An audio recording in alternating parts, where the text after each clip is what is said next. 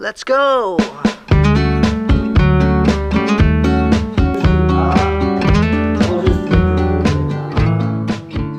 But like the problem is, I feel it's very awkward sometimes talking with girls, especially like, I don't know, it sounds weird, but like in this type of environment, and like, because I don't know, I know what boys talk about. I know we can talk about. I don't know, girls chat. Yeah, like girls chat. But girls chat is different. Depends on the girl. You get lots of different types of girls. You get like. I'll just start and then. Okay. Yeah. Go. So you get lots of different types of girls. So like when you say now like you don't know girl chat, like girl chat is really different depending on the girl or the group of girls. So you get like your tomboy girls, the girls who really don't give a fuck, who are like sporty and like who are almost like the boys. I would say I'm like one of them. And then you get the girls who are like they do their hair and their nails and their eyelash extensions. The princess girls. And their hair extensions and their makeup and that's fine. Like I don't judge them. You know that if that is what like brings them joy, then they can do that. You know. And then you get girls who like super nerdy girls who are like very like clever, but they also don't. I think this is for everyone really. Like they don't fit in like a niche. You know, as in like they wouldn't say that they're sporty. They wouldn't say that they're this. They just sort of exist on earth and just love themselves the way that they are, and they like work really hard and stuff. And sometimes I like strive to be someone like that, but also I like having, I don't know, like being like grungy and like having a vibe for myself. So otherwise, and so the conversations are different. And I weirdly, because when I was in high school, so I have a twin sister, and me and my twin, we were like head of drama and head of choir, and like we were on like we were like super like religious. So we were like also on the like we were sacristans because the school was like Anglicans. Then you dress like every like semester you have like Eucharist, and then everyone goes to the chapel and like you have like a little Eucharist bookie, and there's like a little guy that looks like a pope called like the chaplain. And then the sacristans, you could like volunteer to do it, and you wear like a white robe with like a rope around you, and you hold like this golden cross, and someone like holds the wine and stuff, and you like do a procession in with the chaplain guy. Whoa. And I was one of those. Okay. And then me and my sister would like sing worship and stuff for like the school, and then we would also like, I don't know, like what's it? Like, oh, then we went to youth groups on Fridays and church on Sundays. And we were like hectic like that. So we were like fitting in with those people, but then we were also cheerleaders, so we were also fucking like swinging around sticks and stuff and like just everything it sounds like. Yeah, we really were, but so we moved schools in grade 9 because we were bullied.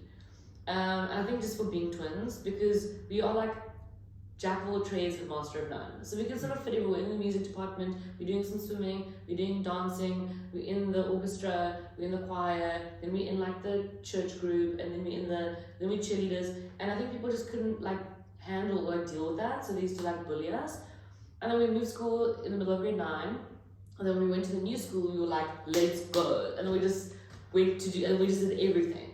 Yeah. And then we were cheerleaders, and the cheerleaders at our school were pretty cool because it wasn't like American cheerleaders. Pom-poms, dancing around. No. We wore like white, like big overalls. Okay. And then we took like pink because the school is like the theme is like pink of the school. It's like the pink army they called. Okay. Because like in our uniform we have pink in it and stuff, which is really cute.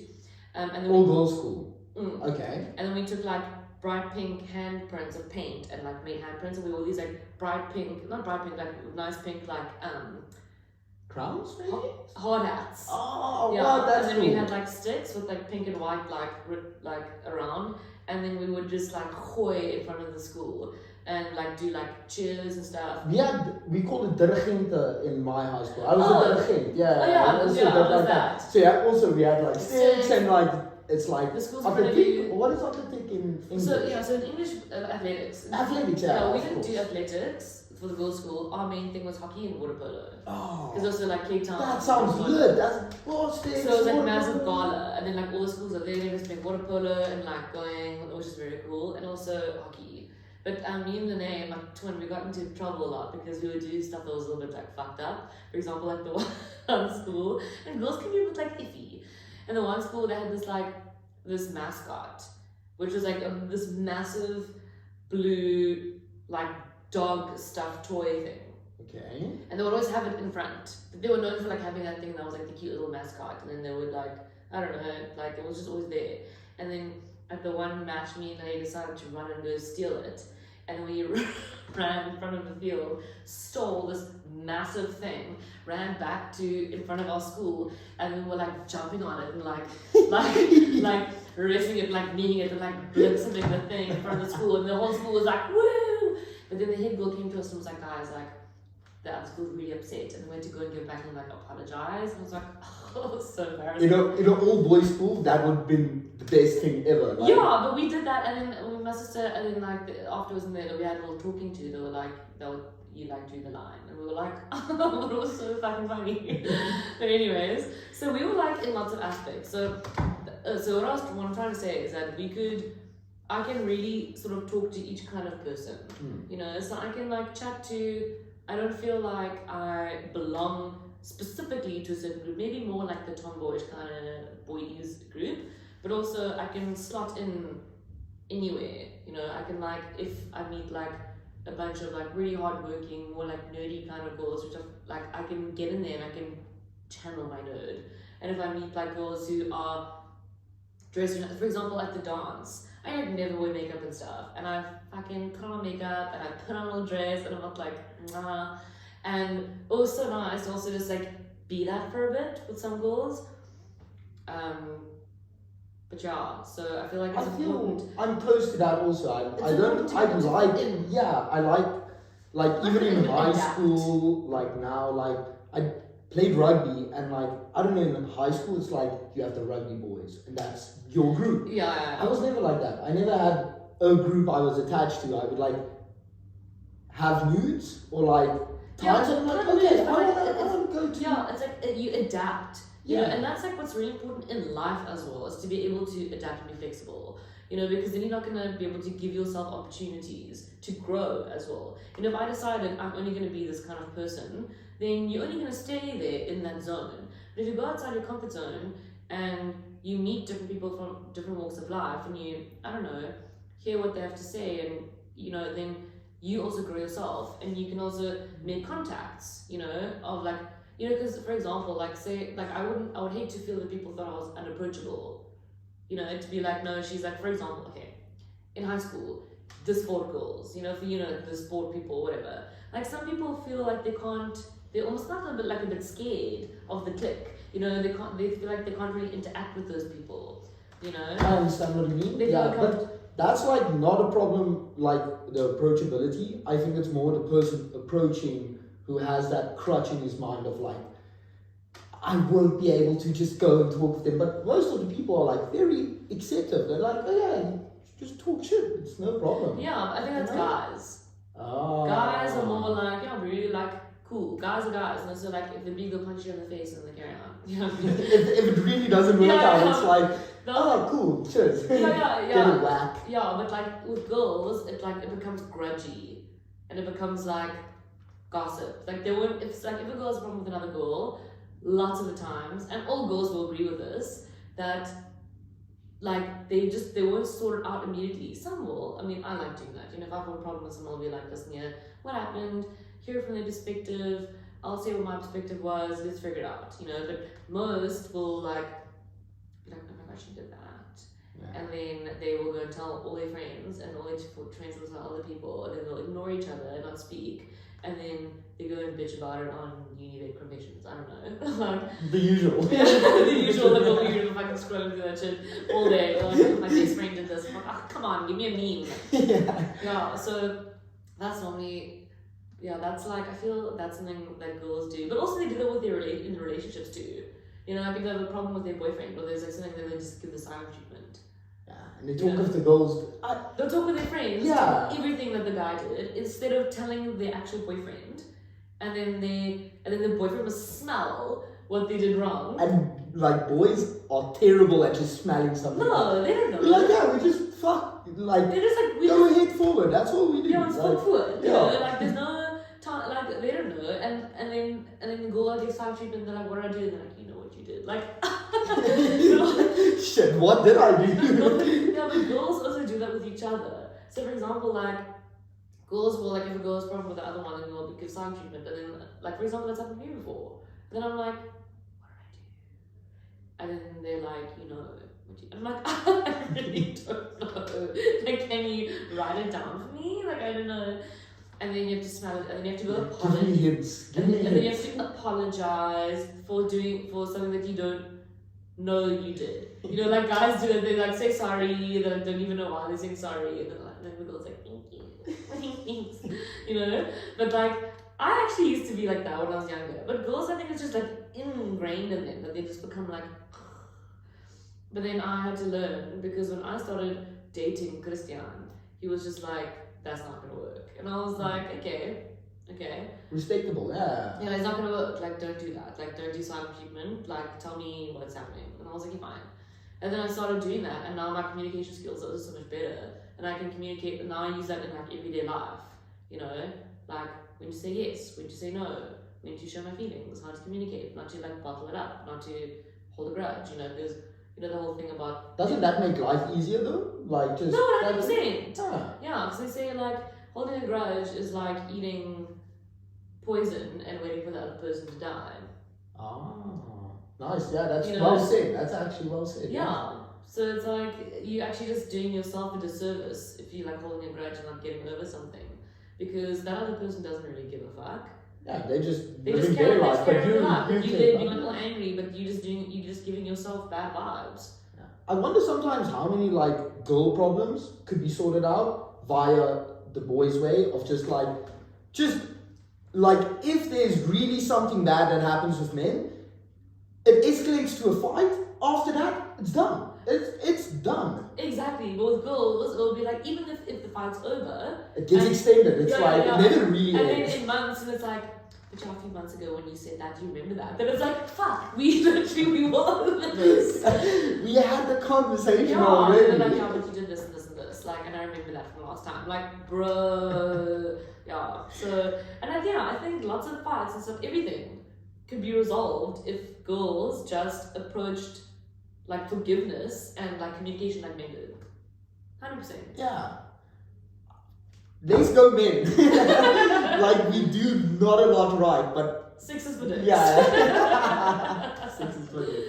But yeah, so I find it like very not hard to approach someone, but like to have, for example, go on the podcast or something like that. Because I don't know.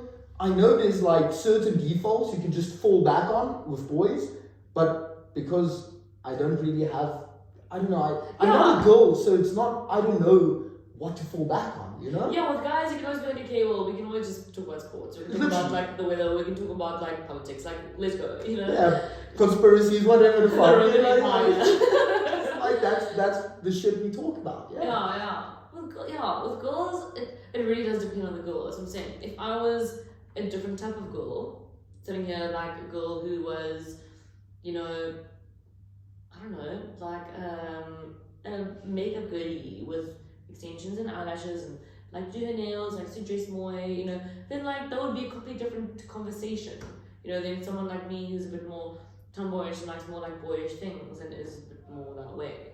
So like with girls, like they differ so much from each other. Like yeah, that's what I'm trying to say is that guys, you can sort of group them, you can herd them, and they will all sort of have something in common. Yeah. But girls, it's hard to do that. Not like girls can really be grouped into different types of girls.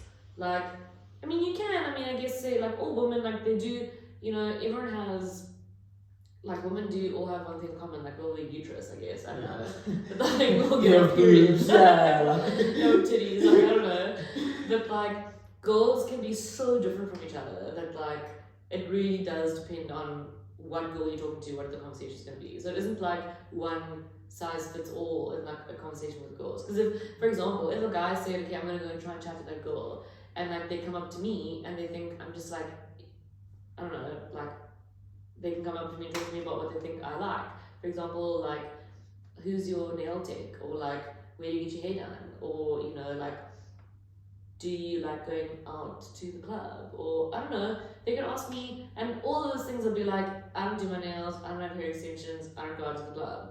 Like what I like to do is play guitar, do sewing at home, and like crafts, and play with my dogs.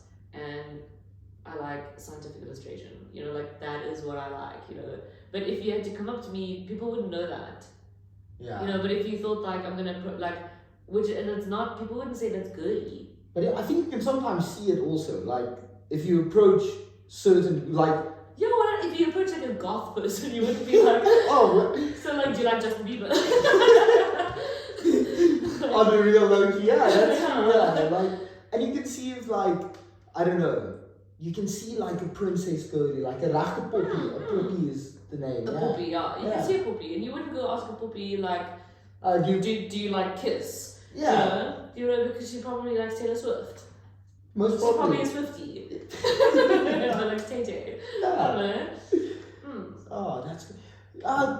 About the craft thing, that's so cool. Like, what do you craft and stuff? Crafts. Yeah. So, okay. So when I was growing up, my mom always, because we were like poor as hell, 4 kids. The last 2 weren't planned. Me and my twin sister weren't planned. So they were like, fuck, okay, like. That's also a problem. Like you expect 1 and then you get 2. It's like, that's the thing. It's like a 2-for-1 special. Yeah, but like one that you didn't want. Yeah. And you can't finish it. It's not like 2-for-1 Mondays at Spur. It's like fuck. Anyway, so my parents both had like the son, and then 2 years later their little daughter, and they were like, this is fantastic. And then they moved to a different city. They were first in Durban, or Pretoria, then Durban, then Cape Town, and then my mom fell pregnant 3 years later. Because apparently my dad said she just didn't take her pill properly, like she just wasn't on it, like she was up it with taking it, and then she found out they were pregnant, and then they were like, fuck, she's pregnant, because they didn't have money for even like 1 more child, and then they found, my mom found out it was twins, but she said she just remembers they were at the doctor and they did a scan and everything, and then the doctor, but my dad wasn't there because he was working, and they were like, no, it's twins, and then she phoned my dad. And then she said to him, she was like, hey, sit you staan jy? Like, are you sitting or are you standing? Yeah. And then he was like, why? And she was like, no, I just did the scan and it's twins. And there was like silence, he didn't say anything, and he was like, I'll call you back. And then he put the phone down. Just processing it or something. Anyway, so we were poor, and then my mom, she got a sewing machine, and she had made all our clothes. Whoa. Yeah, she made our clothes.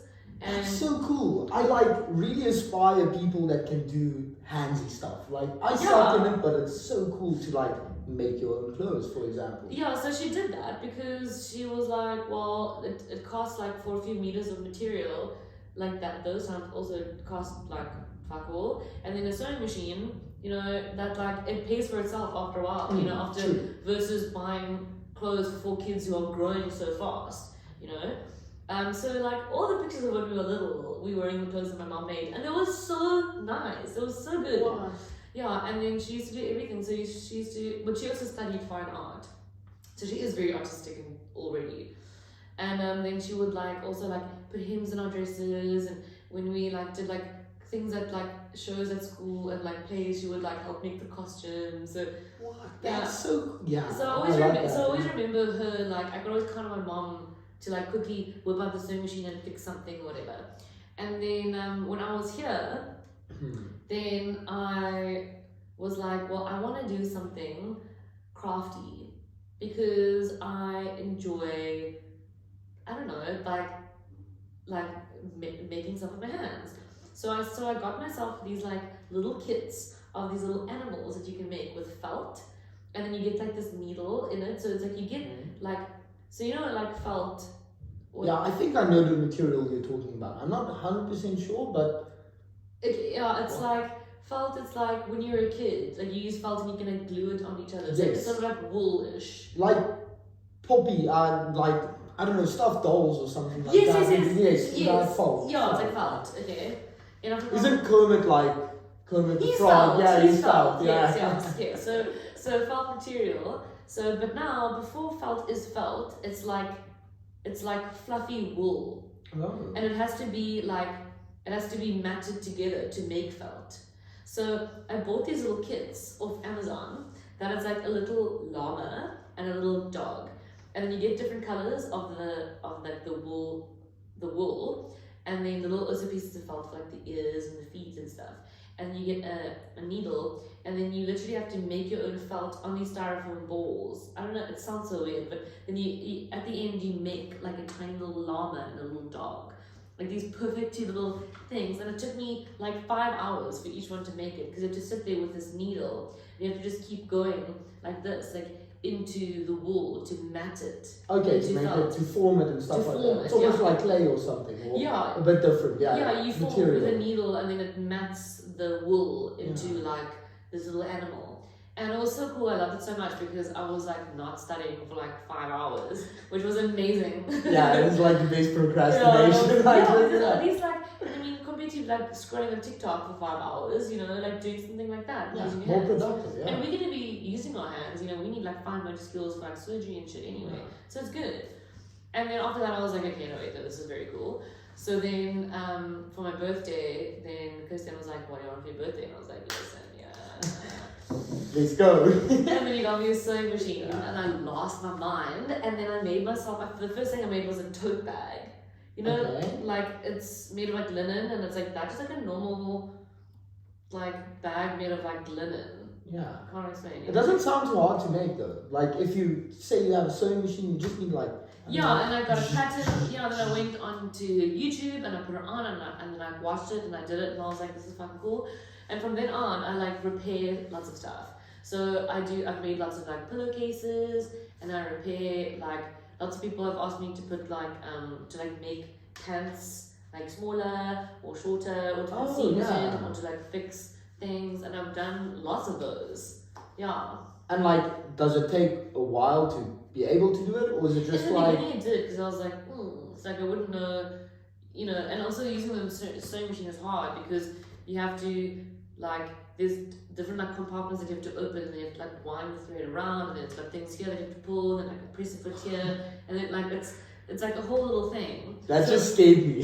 Like the complication using of the that. machine is hard in the beginning, but now that I know it, if someone's, and I've done it a few times, someone's like, hey, can you please put a hem in my pants, and I'm like, bring it, and then I will do it, and It's like it's nice to do. Sewing, like I just associate sewing with like old people stuff. Yeah, but it is like old people stuff. Yeah. It's literally a friend of mine here, when she came to visit me and I was busy like making stuff, and she said to me, being there like reminded her of her mom. She was like, because her mom also sews. So she was like, oh, so nice to sit here and like hear the sewing machine because it makes me think of my mom. And I was like, I'm 28. Like, I'm like, okay. I'll take it. I was like, fine. Like, if it makes you happy, it's good. Yeah, but I like that. Do you think you'll ever be able to like make clothes and stuff like that, like what your mom used to do, or? That's really hard if I think back now, because when I saw her make the clothes, I was like, that's just like that's really intricate, you know. But then when I got the sewing machine and started, I realized how difficult it is to make clothes.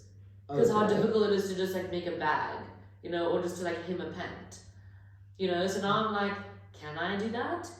But then she said to me, you need like you could buy, I don't know if you can do this anymore because it's very old school, but like, because everything's online these days, but you could go to like a sewing shop and you could buy like this little like pack, okay? And in the pack, on the front, will have a picture of what the garment is, like on a model. Then inside, it's got like already cut out the patterns. So you just need like to spread the material like over the table, and then you put those pictures down, those cut out patterns down, and you cut around them, and then you have all of them, and then inside will be like a little manual of like how to stitch them all together. Whoa. But now I've gone online, but you have to pay for these things. So like, for example, like I saw like a really nice dress that I can make, and then it was like fucking €20 to buy the PDF. Oh yeah, that's bullshit. But then I'm also like, okay, but now how the fuck am I supposed to then? The patterns are also on there, but like how do I get them in like real size? Oh. You know? Yeah, because like it's a PDF, like You have to print that out and then make it. I don't know, fuck, how to do that. So anyway, so that's why. So I don't really know how I'm gonna make clothes, but like I don't know.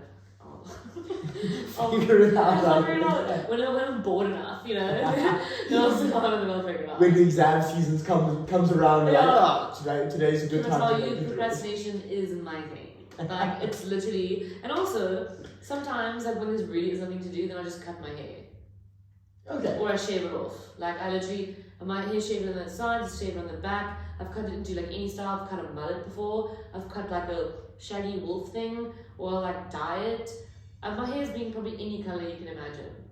Yeah. And by the way, plug in. Jodine is the best hairdresser ever.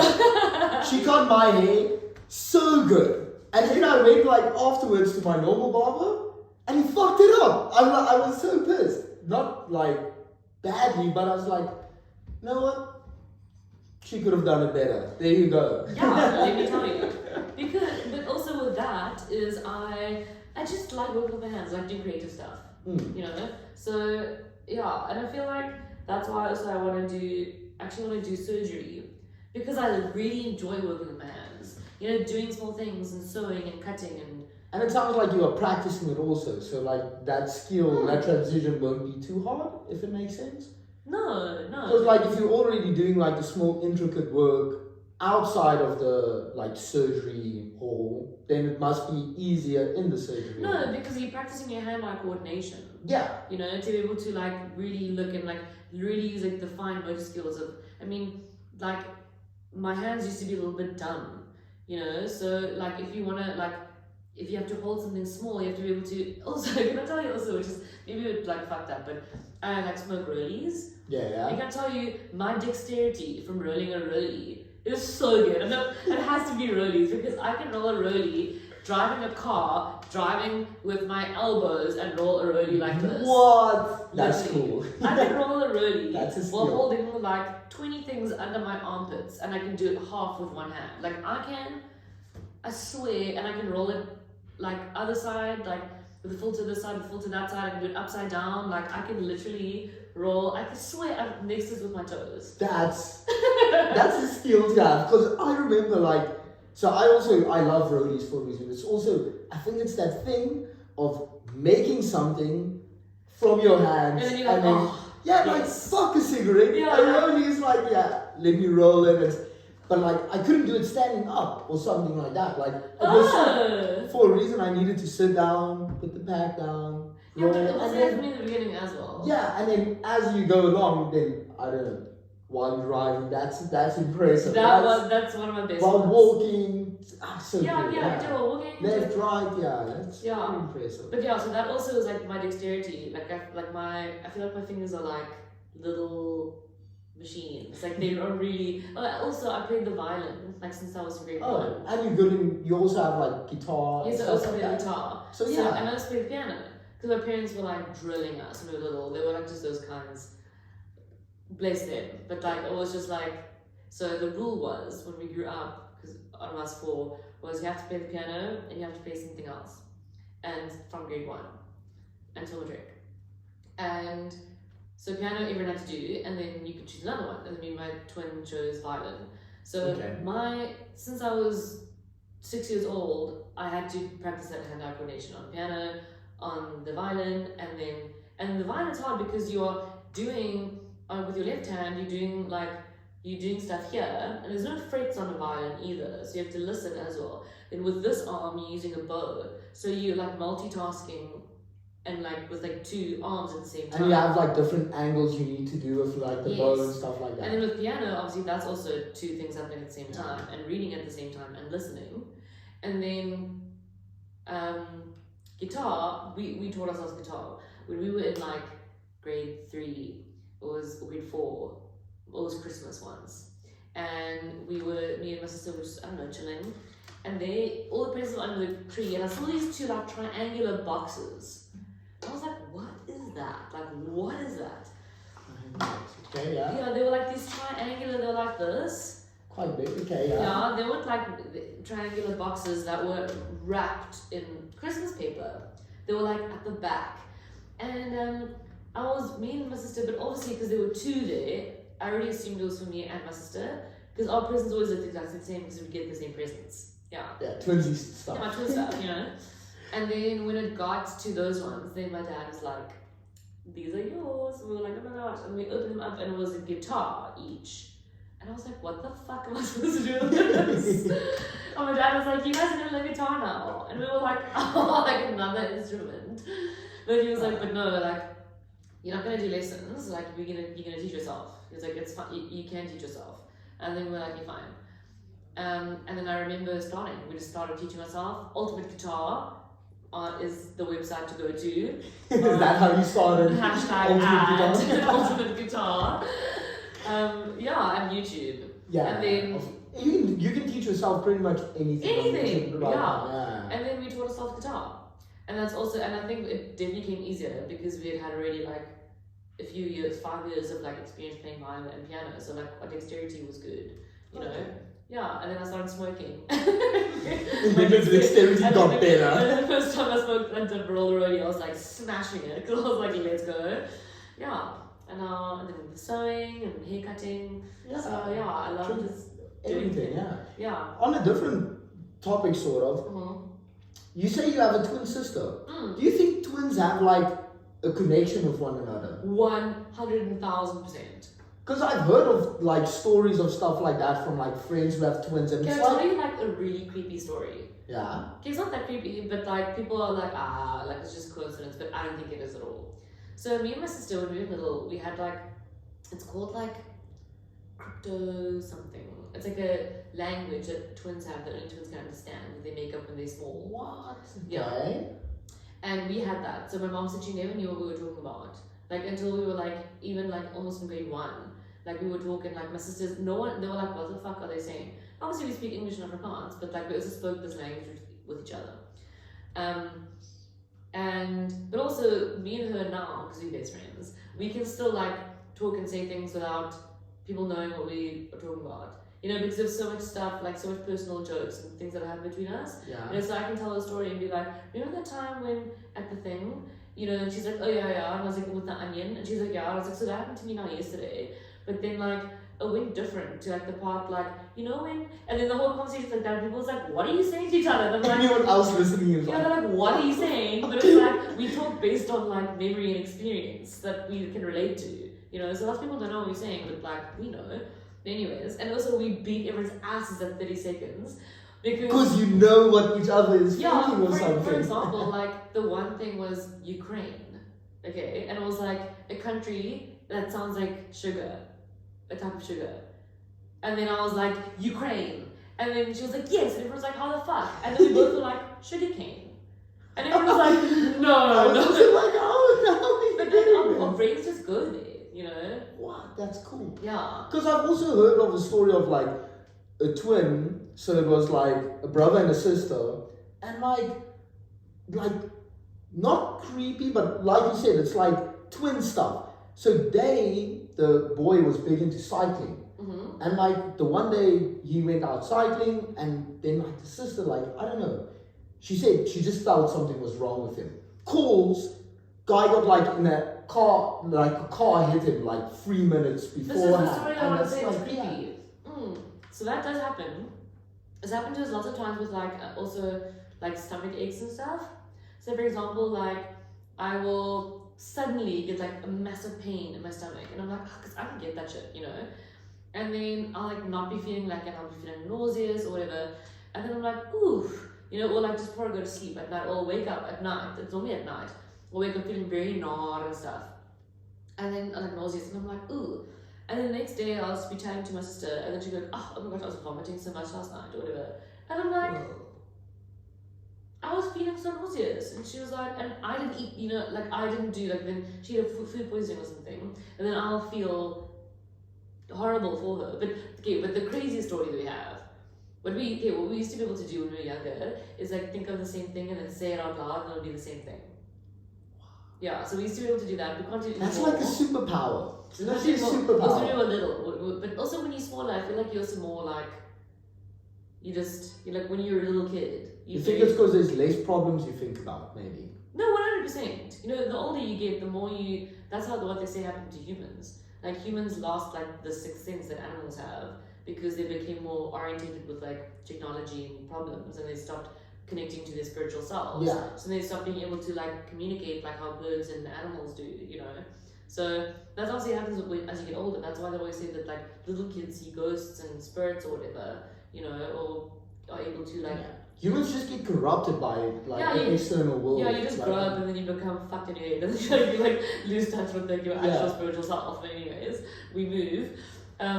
So one evening we were in university, and Lene used to always just go like all out, like when we used to go out, and so her nickname was Slingshot because she would literally like we'd still be like busy drinking whatever, and you look and she's like lying somewhere like fucked, like just like pass out. She used to just go. Her name was Slingshot.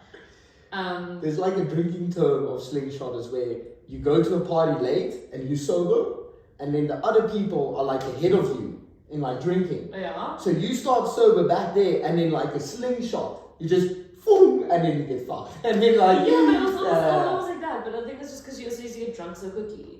So like she would like slingshot, so she'd still be fine and stuff, and then when you look again, she's like fuck, someone's carrying her out somewhere. Anyways, so I always used to be, so I was studying really hard because I was doing BSc back then. So there was lots of nights that I didn't go out because I had to learn and study. So it was one night that I didn't go out, and I always used to be not concerned for her, but just like she's 2 minutes younger than me, but I've always felt like she's like a little bit like my little sister, although she's my twin. Okay. And I always like would look out for her, and it was never the other way around. And we even still talk about that, the fact that it never was like if we would both go out, I'd normally know that I can't get that fucked up because she's gonna get fucked, So I would always be like, I'd always just hold back a bit, But anyway, so then one evening I'm in my like hostel room studying, and I get on my bed, I'm like, okay, and I wake up at like 3 a.m. in the morning. But I wake up like I should awake, and I'm like scared, and like anxious, and I get the taste of smoke in my mouth, like as if I just smoked a cigarette, like as if like I just smoked, and I'm like, oh, what? And I look at my phone, and I see that people are calling me, asking me, like, I've got a few missed calls, and I've got messages on WhatsApp saying, have you seen Lene? And I'm like, what the fuck? And it was like right now, my phone's on silent, so the phone didn't wake me up. It was something just... Yeah, I woke up, and then I looked at my phone, and it was like a few minutes ago I got these messages. So it wasn't the phone that woke me up, and then I woke up, I tasted smoke in my mouth, and I was like, shit, and then I messaged these people, and I was like, have you seen her or whatever? Like, no, they're looking for her, they couldn't find her. Long story short, they were like, don't worry, we'll look for her, and I was like, okay, cool, because I had to test her out, and then I went back to sleep. Next day, I see her, and I told her the story, and she's like, bro, you won't believe, it was at 3 a.m. when they closed the club, that I went outside and I realized that I couldn't find anyone. So I sat outside, and I was like smoking a rollie on the side of the outside thing, like worrying, and her phone had like died or something like that. She couldn't get hold of anyone. So she just stood there, like a little bit scared, because it was like a little Stellenbosch, and like people are busy going home, and like it's a little bit dangerous there as well. Yeah. Because you're just like smoking a rollie and just like waiting for someone to like pitch up. And that's when I woke up and tasted the smoke in my mouth. And like that is like the craziest story. It must be legit. Like, it has I think twins have like that thing. It has to be. Because we were like born in the same womb, like we share the same DNA. But also we're a special kind of twin. We aren't identical or fraternal. We are half. So is that where like the ISL, I don't know, the egg cell, it splits, and it's like, I don't know, how's a special type of twin? So identical twins is when you have one egg cell and then one sperm cell and then an egg. Yes, okay, I was thinking of identical, yeah. Yeah, no, so you have one egg cell, one sperm cell, it goes in, and then they split. So then you got identical DNA from the mother and from the father, of course. And then they also are in one, they share a placenta, and they're in one like sac. Okay. Yeah. Now fraternal is that the mom will give off like 2 eggs that will come down. And both will get... and then 2 separate sperm from the dad goes in, which means you've got like you've got 2 sets of DNA that are different from the mother and 2 sets of DNA that are different from the father, which means you can have different sexes, completely different looking children. And then they will also, they will have their own sac each. Yes. And their own placenta each. So that they're like completely different, they're just basically sharing the mom. But now, me and my sister are half fraternal or half identical. And there's 2 ways in which this can happen. Okay. So, either what happened is that the egg came down, and then the egg spontaneously split itself, just because it felt like it. Why not? Like YOLO. And then, so it's identical DNA from the mother, and then 2 separate sperm cells went into those 2 halves. Yeah. And then there's still 2 different, because it's the sperm really that sort of decides how many, like, if they should be in a separate bag or in the same bag. Okay. So then we were in 2 separate bags with 2 separate placentas. So then they thought we were fraternal. Yeah. So then they did the scans and everything, and they were like, okay, well, there's fraternal twins. It could be a girl and a boy. They don't know, but they couldn't see what my sister was because we weren't next to each other. I was in front and she was behind me, so they couldn't with the ultrasound see what she was. So they knew I was a girl and that I was in front because I was also the first one they took out because I was in front. But they didn't know what Lene was. They just knew that it was a baby. So it could have been a boy, so it was a surprise. So when we were born, my parents didn't know. So they had also lots of bunch of different names in case like it's a girl or a boy. But I was always going to be Jodine because they knew of me in front. Yeah. And then when they took us out, then the doctors were like, wait a minute. And we were like identical. Like they were like, what? 2 little girls, like exactly the same. They tested out DNA, and the DNA comes out to that we have the same DNA from our mother but different from our father. So the odds of that is like very small. but it's cool because also we look identical, so people think that we are because we look so the same, and that's just like by chance. But also it's because my mom's DNA is strong, so we look a lot like her. And then for my dad, but also you can tell the differences we have. Like everything that we got from our mom, we both have. But then our differences come from our dad. So like I got like, my dad is a doctor, so I got his like science, left brain. Like I'm very right brained as well, but I got his like science stuff too. And then my sister, she got none of that from like. She got the more right side creative brain. But I mean like but then she looks like a little bit more like my dad. She's got like longer legs, she's got like his nose, she's a little bit darker skin, like my dad's darker. And so it's like you can, if you pinpoint the things, you can see that's what we got from mom that we both have, and then we both get different stuff from our dad. Oh, that's actually cool. That's like very spices things up, I guess. Yeah, makes it a little bit different. So we aren't exactly the same. Yeah. Yeah. Yeah. Wow. But we shared a room since we were born until we were like 21. I think it's But nice to have a choice. twin. Like you going through this world like together. If you know Yeah, what I and like we share a birthday. I've never had like my own birthday. It's our birthday. And when we talk about our birthday, like see, I can't say it's my birthday. Hey, it's our birthday tomorrow. It's not mine. It's it's ours. our birthday. Like I've never even say on my birthday because it's like on our birthday. I don't have a birthday by myself, and I would hate to also. I don't know what it feels like to have a birthday on your own, like only your day. That's why I don't mind sharing my birthday with other people. So for example, like my birthday this year was in October, and a friend of mine here, she also wanted to do like a thing for her birthday because they are like close together. So then I said to her, like, do you want to do like a birthday thing together? But not thinking like, you know, some people maybe want to like have their birthday as their day, you know. But I don't mind sharing a birthday because I think it's fun, you know. I don't know what it's like having like only your birthday, only your day, only you get presents. For me, it's like always her. We would wake up, everyone would walk in, and me and her look at each other, we're like, happy birthday! We're like, hey! You know, it's just always so fun. Yeah. Yeah. Yeah, that's so. She's the best. Yeah, shout out to Lene. Shout out to Lene, she's the best. You say you got your like science brain from stuff from your dad. Is that why you like got fascinated with veterinary, and that's why you like went into veterinary, or? Okay, well, sort of. Sort of. So, when I was so me and my sister, we were like extremely like arty creative. So we started dancing when we were also like maybe 4. Did you also do everything with your sister? Because it sounds like you did violin together. We did everything together, like everything.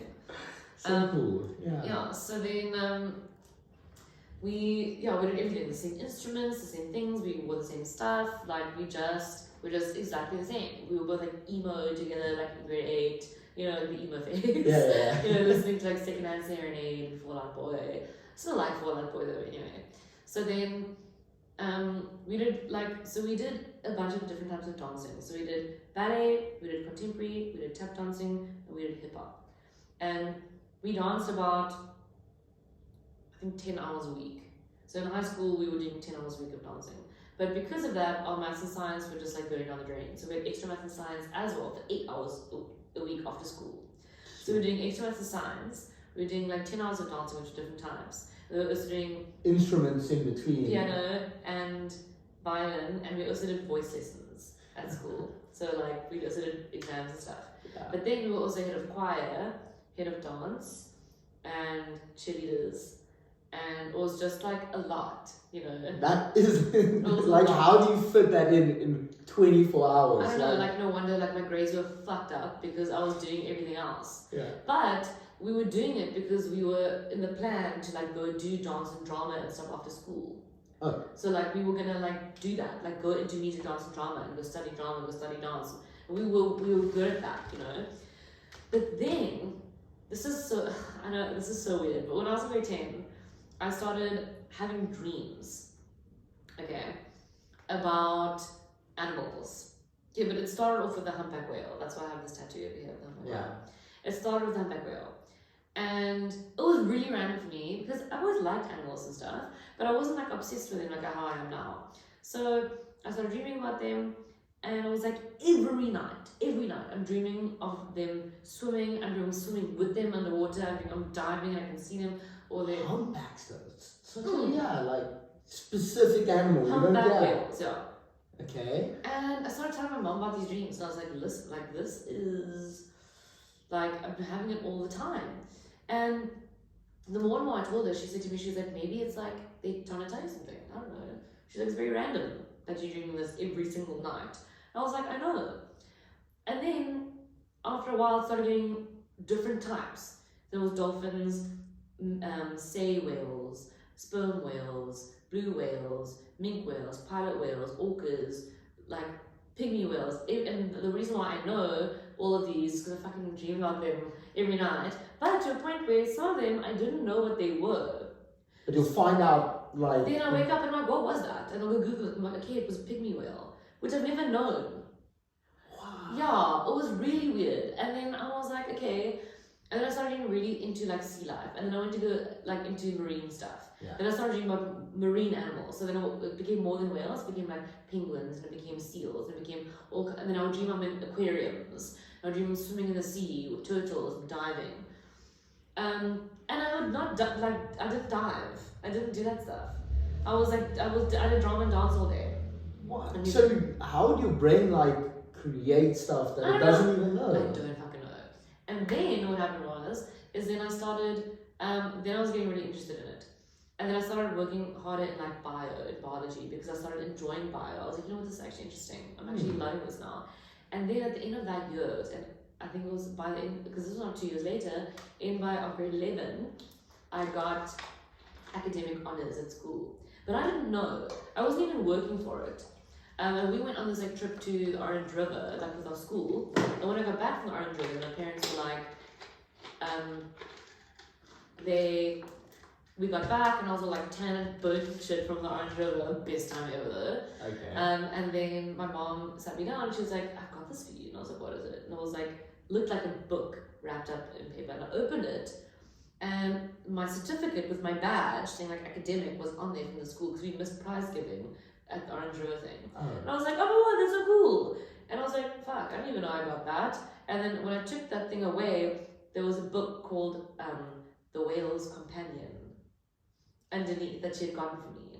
This beautiful, beautiful artistic book. And it has like paintings of whales, poetry of whales, old stories about whales, things from Moby Dick, like whales across like the world, like just this beautiful artistic book. And it's like bound in material, like gold, like oh, just stunning. And then inside she wrote it, like I'll translate, it was in Afrikaans, and it was like like something like that your mom and dad writes on your heart can never be wiped away or something. And then she said to me, she was like, I feel like I needed to get this for you, and I feel like you, like, this is important for you to have. And I was like, oh my gosh, that's so cool. And then my collection started. So I got animal books, and I got currents and contrast, and I got shorelines in South Africa, and then I went to go work at the aquarium, and I did like a course at the aquarium. And then I started realizing I really like zoology. And then my animal dreams started getting so hectic to a point where I was dreaming about a different animal like every night.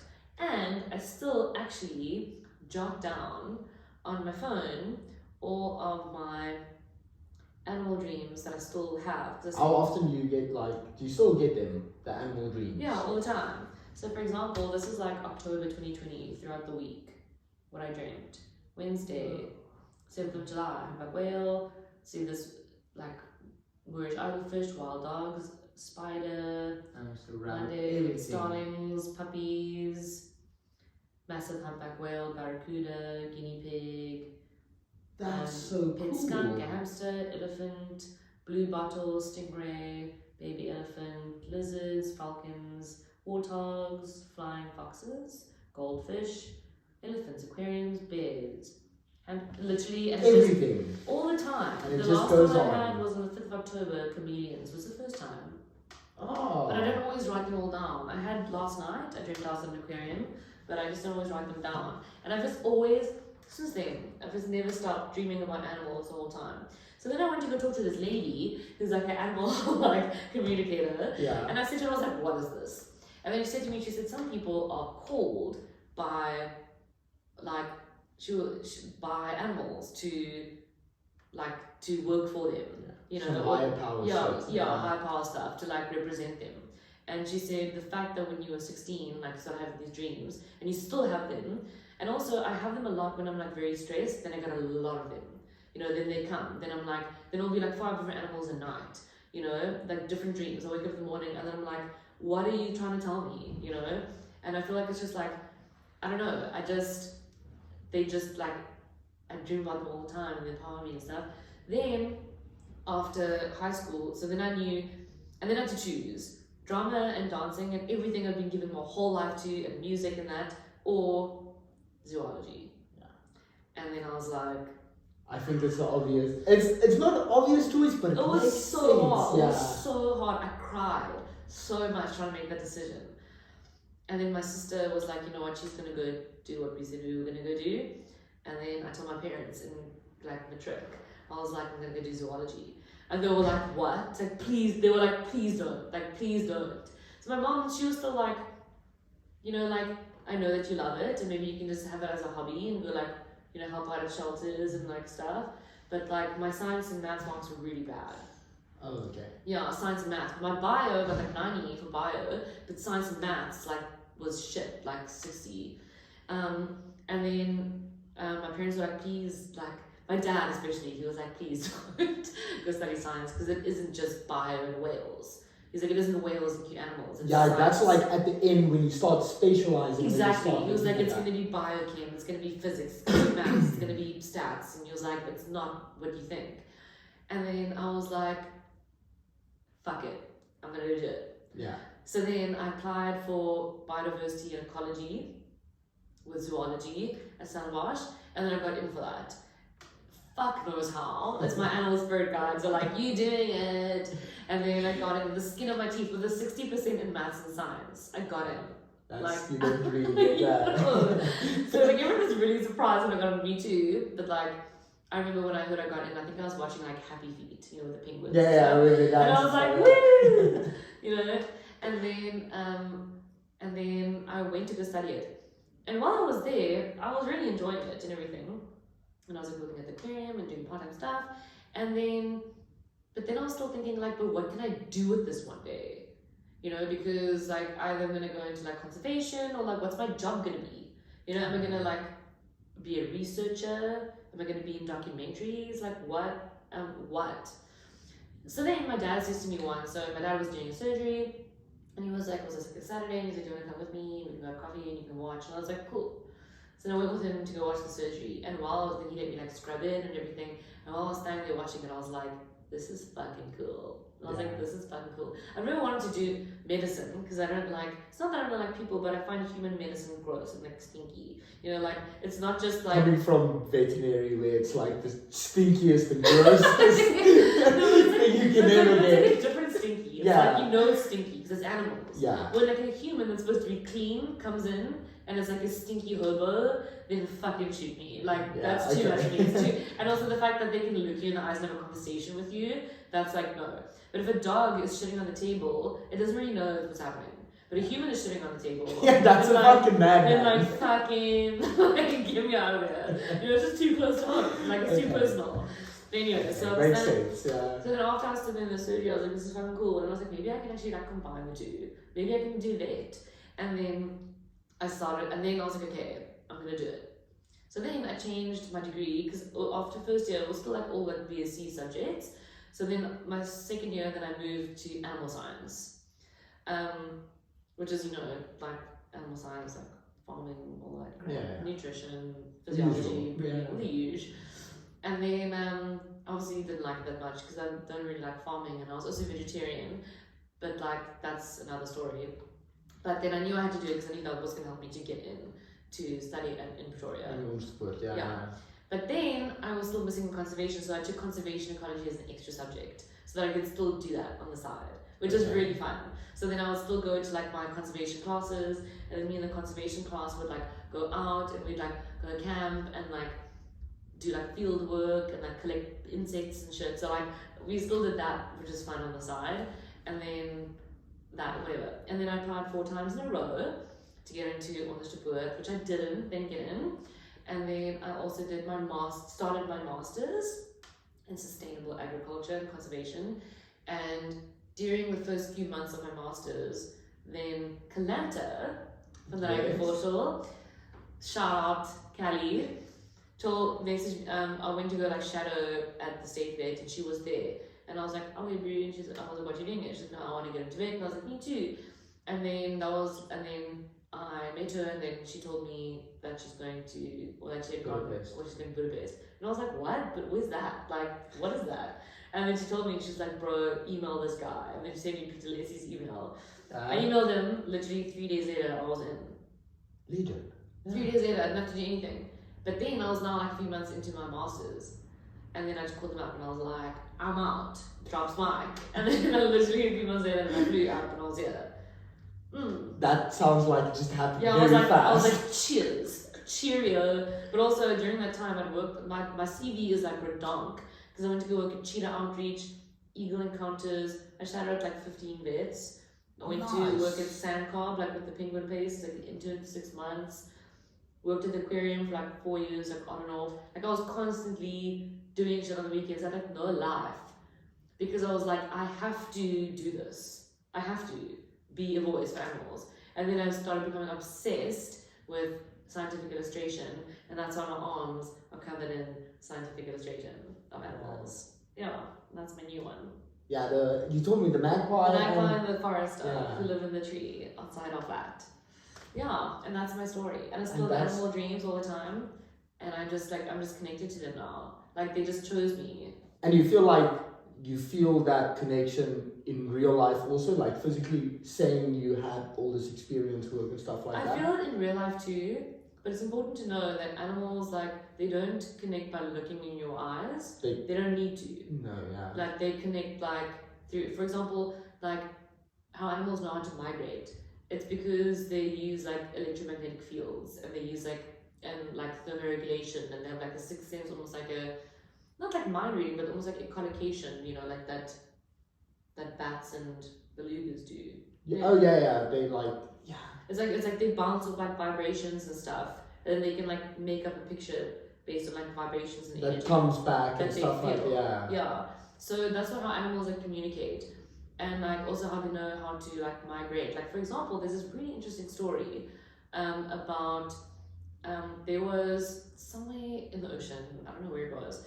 There was on the Richter scale, marine biologists had picked up that there was like an earthquake that was going to start, but like just far deep out into the ocean, which was fine, over tectonic plates.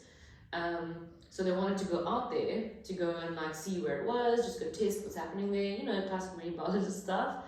And when they got there to the site, there was a massive pod of orca whales right there at the spot, like on the GPS. And they were like, what are you guys doing here? And then obviously they want to ship, so they spent like a few weeks and stuff there over the area, testing the area and whatever. and there were like divers and cameras that went down, and they saw that they couldn't really explain what they were seeing, but that the orca whales were going down and were like hovering over the area and like taking turns to do that. And they would go down at different times of the day, like almost like shifts. And they stayed there for weeks on end. They didn't move from that area. And they kept on going down there. And they watched on the Richter scale how the thing went down, down, down, down, down, down, down. And the earthquake never happened. So they said they don't know what that was, but all they can think of is that it was like an energy transfer or something that they were doing. I don't know. Either they were trying to gain energy or take away energy, or I don't know what they were trying to do, or trying to gain their own information about what was going to happen, but just that they know that those orcas knew something was happening down there, and they went down there, and the earthquake never happened. But that's like all they know. They can't really explain what happened. Yeah, how can you explain that? Yeah, you can't. How can you explain how birds know when to migrate to and when to do it? My thing I think about is, like, the first thing that comes to my head is, have you ever seen like a school of fish that just move together as like one unit, but it's like 200 individuals that just go like the same. thousands of little fish. Like they know exactly where to go and how to like. And who tells them where to go? They just feel it. I don't know. Yeah, but they feel it. It's like telepathy. Like snakes like that too. They also have like thermoregulation. Bats do echolocation. Belugas do echolocation. Dogs also. I feel like dogs can also feel a person. No, like, they can. There's It's called the animal realm. And most people don't believe in the animal realm. But if you can believe in a spiritual realm, then you can believe in a different, like there's different like levels.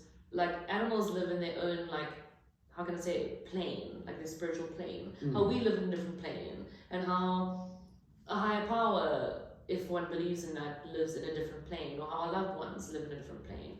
You know, and animals have their own one. And I've read about this like millions of times, and the lady who told me why I'm reading this stuff, she said she thinks that like I penetrate into that realm when I go to sleep. She's like, because it allows them to like come and chat to me or whatever. But the dreams that I've had, it hasn't been like I just dream of seeing them.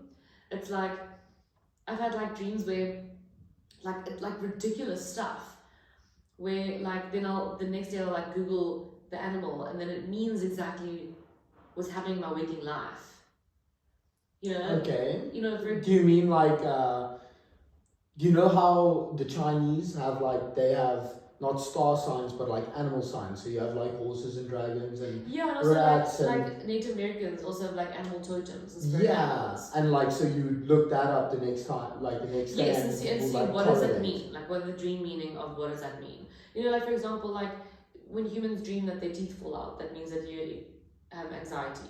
You know, people always have those kind of, you know, there's specific dreams. When you like fall down from a high building or like something like that, or chased by something. There is a meaning to that. Yeah. You know, and then obviously you get your dreams which are weird. If you dream you're like riding a dolphin like on a farm, I don't know, like everyone's got the random shit. Everyone's got like random shit they dream about. But other dreams, most of the time, they mean things because it's like the subconscious that is creating stories. And humans are the same species, so we dream about the same things that make us scared. You know, so you can, when you wake up, like for example, if I dream my teeth fall out, I always know I'm stressed or anxious. But also that's like a universal thing. If you look that up, that's what it means. Yeah.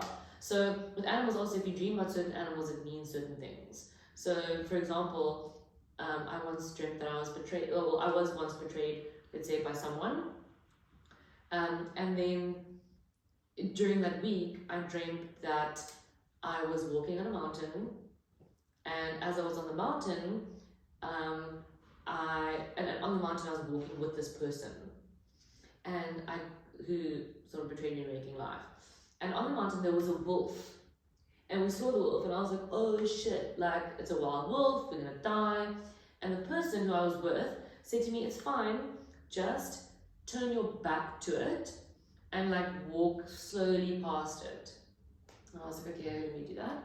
So I turn around and I like put my hands behind my back like this, and I walk really slowly past the wolf, like on the track. And as I turn around to look at the person who I was with, I looked them in the eyes, the wolf bites me from behind. And then I looked that up and it was like betrayal. but I already know that I was betrayed by this person. Yeah. You know? Whoa. So then I dreamt that, and then the next day I was like, thank you, Wolf, I already knew that, but like, whatever. You know? Like, Say it, do it earlier, thanks, please. you told me that a few days ago. Like, anticipated the situation. You know, or like, for example, is there like good animals or bad animals to like dream about? There is. But it also depends on what they are doing. Okay. So, for example, like dreaming about snakes is bad. Yeah, it sounds bad. Yeah, It's but it can also be correlation. good depending on the color of the snake. So, for example, black snakes is the worst one. And I only dream of black snakes when shit hits the fan. Like, if things are really bad, I will dream of black snakes. And I'll dream that I'm in a place where they're all around me, or I can't get them off me, or whatever. But red snakes means like infidelity, like cheating, and like lying and betrayal, like a red snake. So if I see a red snake with someone, then I'm always like, watch out for that person, or whatever. Okay. Yeah. And then colorful snakes also, the one is like sexual tension. So if you are feeling like sexually frustrated and you dream about like colorful snakes, you'll dream about colorful snakes. So I know sometimes like if I dream about colorful snakes, so like I need to maybe get fucked. Like, It's about time. Yeah, like okay, like maybe we should, like it's, you know, but sexually frustrated. Yeah. You know, and then normally I'll wake up the next day and I'm like, okay, I am, you know. So, and also what the animal is doing, you know. So for example, if you're dreaming you are releasing an animal, which is a scary animal, for example, like a scary crocodile, and you're releasing it into some whatever, then that means you let him go out of fear. But if that animal is attacking you, it's a completely different meaning. Yeah. You know? Okay, that makes sense. Yeah. So some people are like, they'll look up like, okay, I dreamed of a crocodile. Like, yeah, but what was it doing? You know, like, was it just chilling there on the side? Was it trying to attack you? Trying to attack you? Were you chasing it? Was it a dead one? You know, like, did you? So all kinds of things. It all depends on how you are feeling in that moment. So for example, like mostly I dream about whales all the time. But if I'm not dreaming about them, then I dream about like big cats. What does whales mean? Like what you... Whales is like wisdom and like strength. So it makes, for me, when I dream of a whale, I feel like it's like them sort of telling me, or myself telling me that like you are strong, like you can do this, like it should just to relax and be calm and like to be wise, to use your intuition, you know. That's when I dream about that, then I know, then I feel like okay. But if I dream, but I've had like weird, like I once dreamt that I was like I was walking in a forest, and it was after the wolf betrayal dream. Okay. A few months later, and I don't think I've ever dreamt of a wolf again. But I dreamt that I killed a wolf in the forest. But it was like, imagine like snowy forest, okay? And imagine like, almost as if like I was wearing like Native American clothes. Like skins and shit. And I kill a wolf with like a blade. And then I skin the wolf. And then I put its like fur, like its fur coat on. Yeah. Yeah. And then I like trudge with it on. And I feel like that was maybe the way of saying like that betrayal or that experience at the time, like I've let go of it now. Yeah. You know, I skinned it and I'm wearing it, you know, and now I'm like, I've got power over it myself.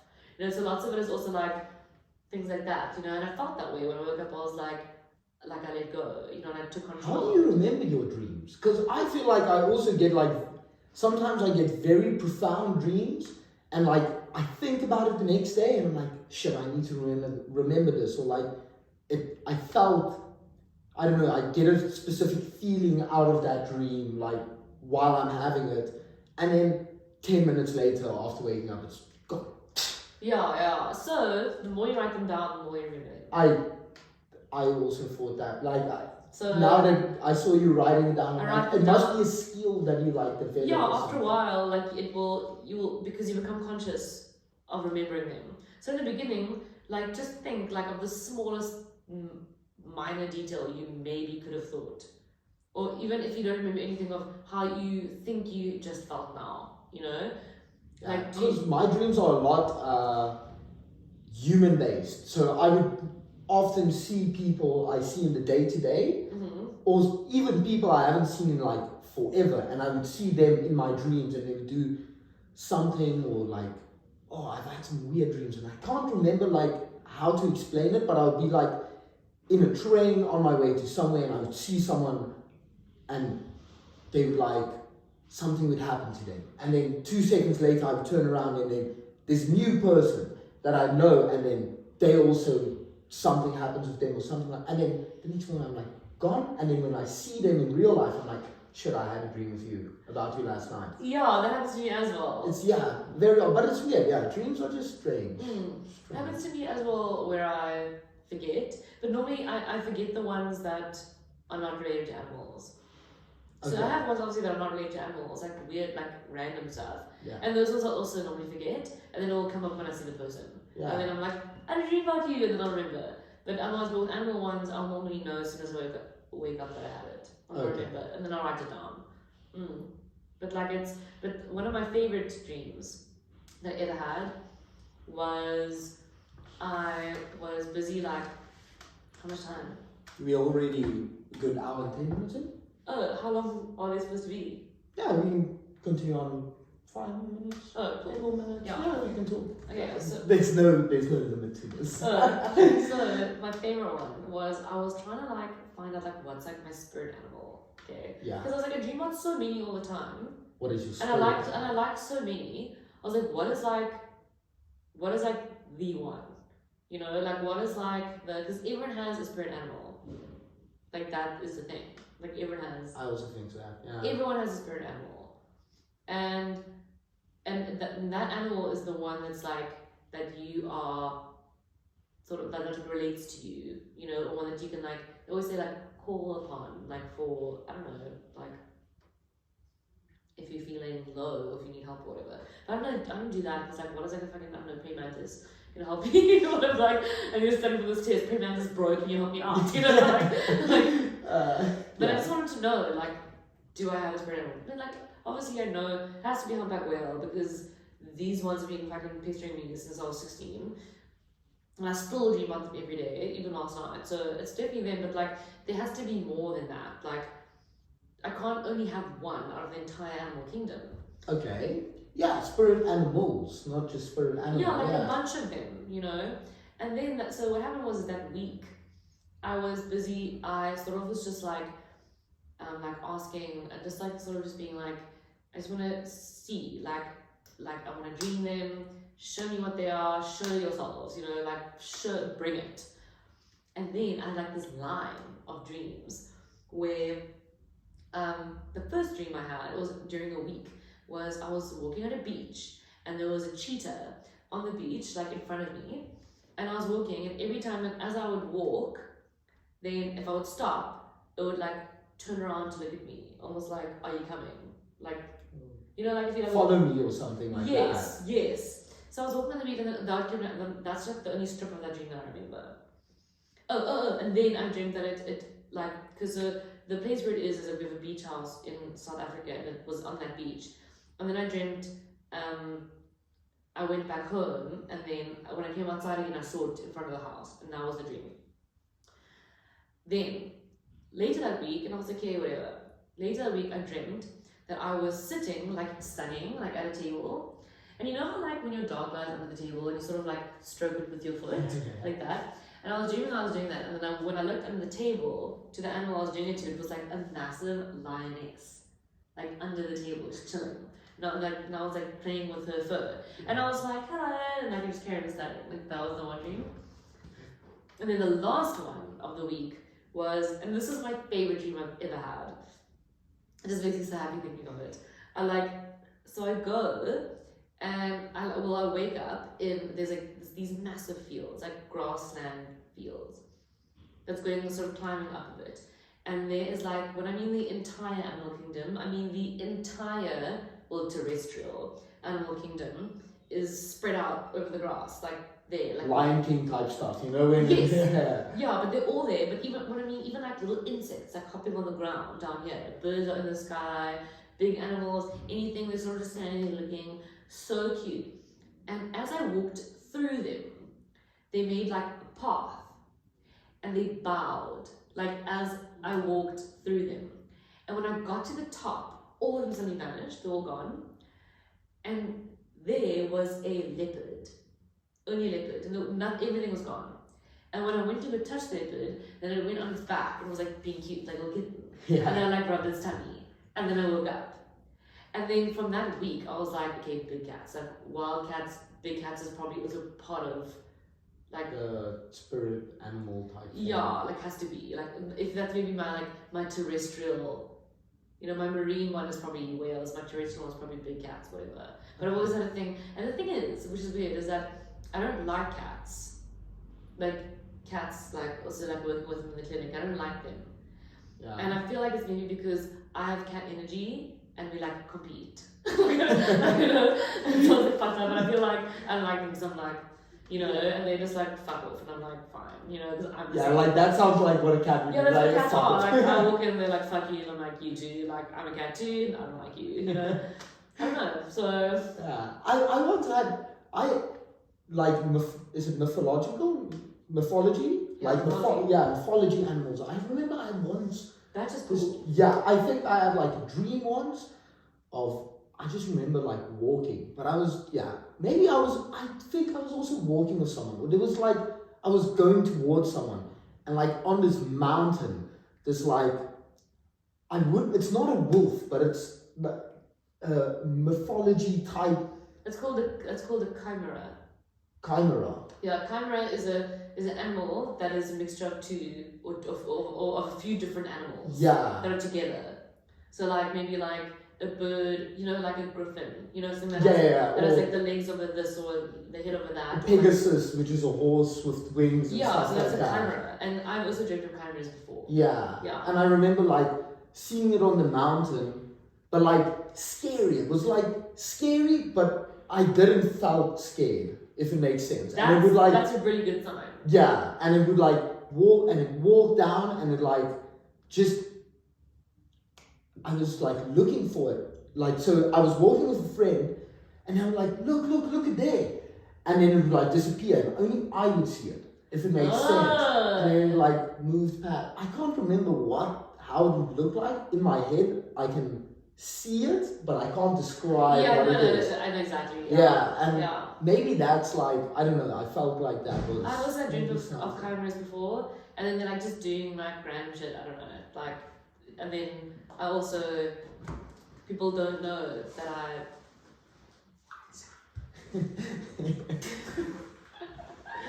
so like, but I've only dreamt of chimeras like twice. Okay, so it's and not... I don't know, I can't explain them to you either. Yeah. I just know that it wasn't like It wasn't a normal thing. It wasn't an animal that exists in real life, and I can't explain to you, but I did dream of them. Yeah. But it's really good that you weren't scared. Yeah, I just remember it was like walking past me, like in front of me. And it was like, I don't know, just giving energy off. That could be your spirit animal. Yeah, that was what I was thinking of. That really could be. Maybe. Yeah. Something like that. In my head, I think it's a tiger. I would like it to be a tiger, my spirit animal. But if you want it to be, it can be. Yeah. You just need to like harness it. Yeah. And then fucking put a lasso around that thing and be like, you gonna be mine. Like, you be your energy. Yeah. I decide my spirit. I choose you. Oh, shit. Yeah. And I feel like on that very note, thank you. It was such a nice conversation. Yeah. Oh yeah, I enjoyed it. Took a yeah. turn there. Oh no, not at all. This was so cool. Yeah. What did we even talk about? Yeah. We spoke about chicks, Yeah. bitches. Yeah, bitches. Yeah, bitches. Bitches and twins. Twins, twin energy, crafty with your hands, Crafty. dreams. A bit of everything. Yeah. That was great. Guys, take out whatever you want out of this podcast. I enjoyed it a lot. You also did. And see you guys next week.